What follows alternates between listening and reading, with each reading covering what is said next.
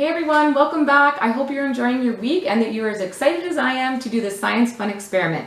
Today we're going to do a DIY lava lamp. They are super cool and I'm so excited that you're able to take part in this experiment with me. If you were able to register for our 1 to 6 year old activity program in a box sampler, this will be labeled under activity 1.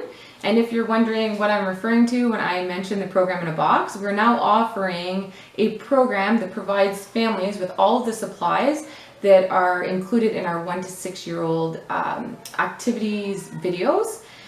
If you didn't get a chance to register for this time around, don't worry, you'll be able to register again coming up soon. And now that you're part of the 1 to 6 year old activity videos, I'll be able to give you a heads up on when to keep an eye out for registration. So let's get started. So you're only going to need a few supplies to complete this experiment. So if you weren't registered for the program in a box, don't worry, these supplies you can find simply at home.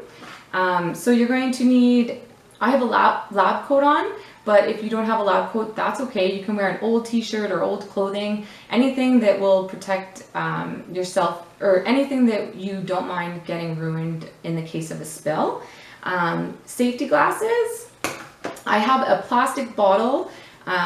If you don't have one like this, no worries. You can use a mason jar or you can use a plastic water bottle. Whatever you have on hand will work.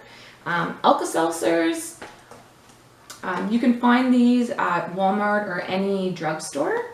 This is a larger pack. You can also buy the smaller packs. Food coloring. I'm using canola oil. You can also use baby oil if you don't have oil on hand. And then we have a plastic bag that I'm going to place underneath the lava lamp when we do the experiment, because when the chemical reaction occurs, some of it might bubble up and I wouldn't want it to ruin your surfaces. And then I just have painter's tape to secure down the plastic bag. So with that, let's get started. So now that you have your workplace ready to experiment with, you're going to want to take your clear or your plastic bottle or whatever bottle you chose to use, and you're going to fill it 1/3 of the way up with water. I'm not going to give you an exact measurement because I'm not sure the size of the bottle you're using.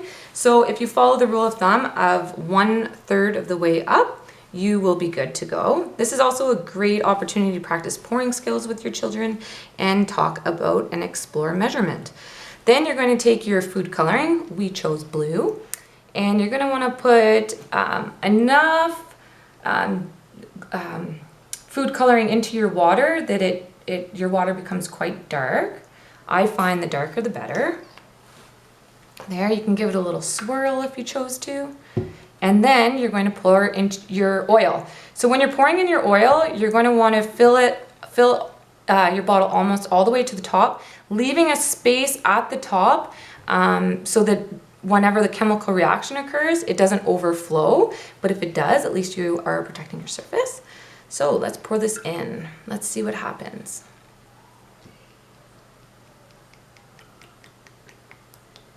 Pour, pour, pour, pour, pour. Keep on going. Isn't that pretty?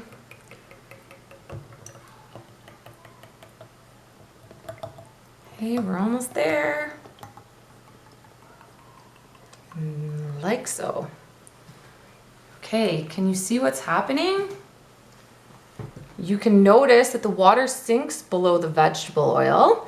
The oil and water, they just don't mix. The oil will actually float on the surface because the water is heavier, so it has a higher density than the oil. So see how it separates? Pretty neat. So once that has somewhat settled, you're going to want to take, I just wanted to show you, this is what the alka seltzers come in. That's a pack they come in.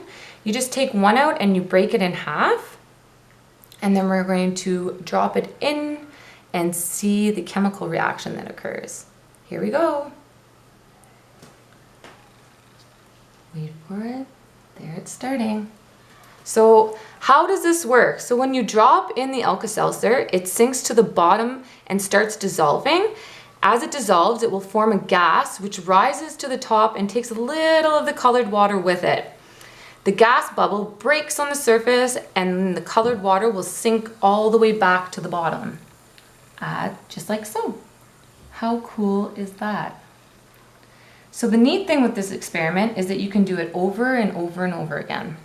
When you're done with it, if your bottle has a lid, and once the alka seltzer is completely completely dissolved, you can put the lid onto it and you can use it as a neat sensory bottle. So there you have it. I hope you lab-ad this experiment as much as I did. See you next time.